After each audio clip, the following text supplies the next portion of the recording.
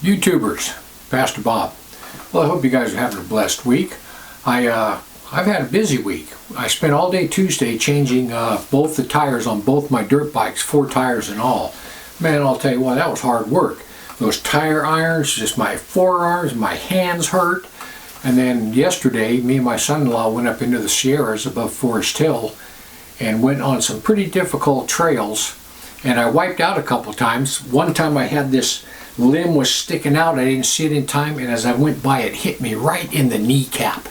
And man, just put a nice hole in my leg right through my pants.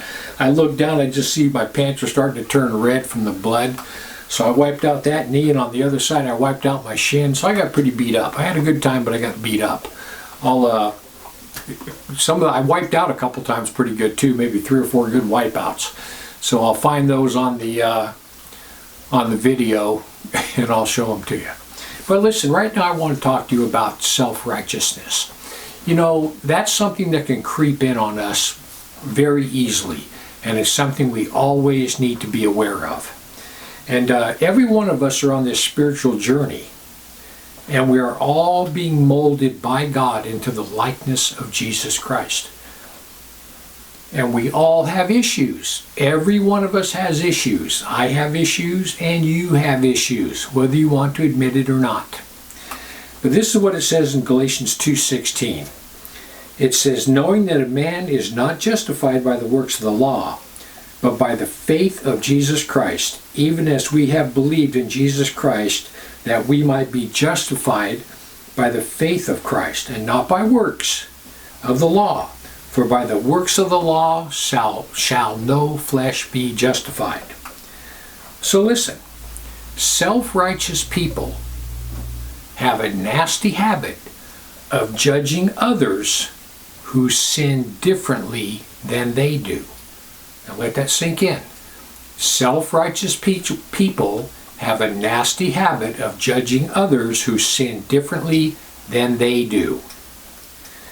This is the problem. We judge other Christians by what they do.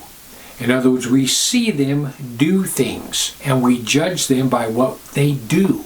In other words, we might catch someone somewhere smoking a cigarette. We might go to a barbecue and see someone drinking a beer. We might hear a cuss word come out of somebody's mouth. We always judge other Christians by what they do. And that makes us superior to them, because we don't do those things. All right, that brings us to point number 2. We judge ourselves by what we don't do. We judge others by what they do. We judge ourselves by what we don't do. A good spiritual Christian doesn't drink, smoke, or chew, or hang out with women who do. This is what it says in Ephesians 2:8 and 9. It says, for by grace are you saved through faith. It is a gift of God, not of works, lest any man should boast. Listen, God is doing a work in each one of us. Every one of us, God is working. We think we can see where a person is at, and we can never see where they've come from. Now listen, no one can sit down and in a nice quiet place get out their Bible and start reading. Quiet, just you and God, you sit down and you start reading. People, I can never do that without reading for just a few minutes, and then all of a sudden I'll come to something and I'll say, yeah, Lord, I need to work on that. I'll read a little bit farther, yeah, Lord, I need to work on that. Whenever I sit down, get alone with God, get out my Bible and start reading it, people, that whole study session is nothing but me saying, yeah, Lord, I need to work on that. Well, people, you know what? You got things that you need to work on too. So listen, all thoughts of self-righteousness, how we're doing so much better than so-and-so, we are so much farther along than them. People, listen.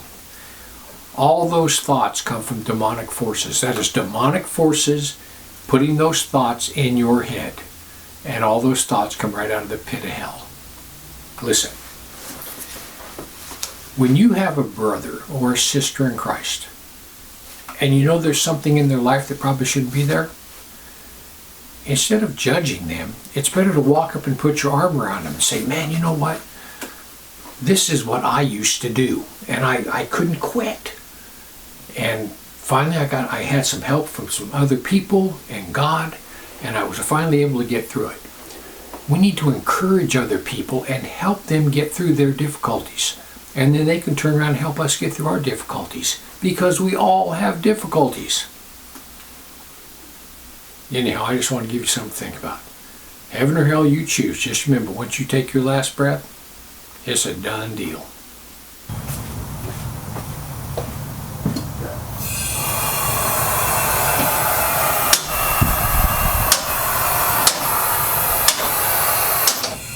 Well, today is change the tires on the motorcycle day. And I changed the back one on the 150 last night, and I'll tell you what, I'm about dead.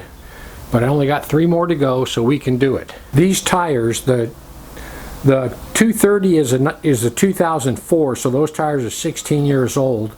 And the 150 is a 2007, so they're about 13 years old. And I'll tell you what, these tires are as hard as a rock, and they are not easy to get off.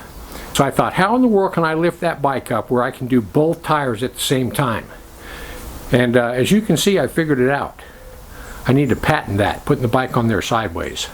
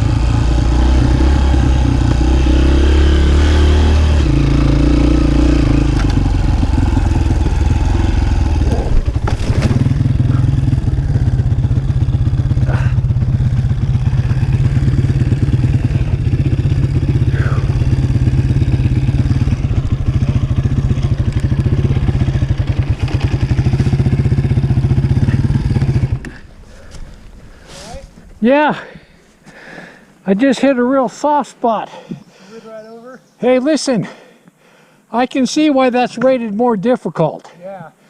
Crap.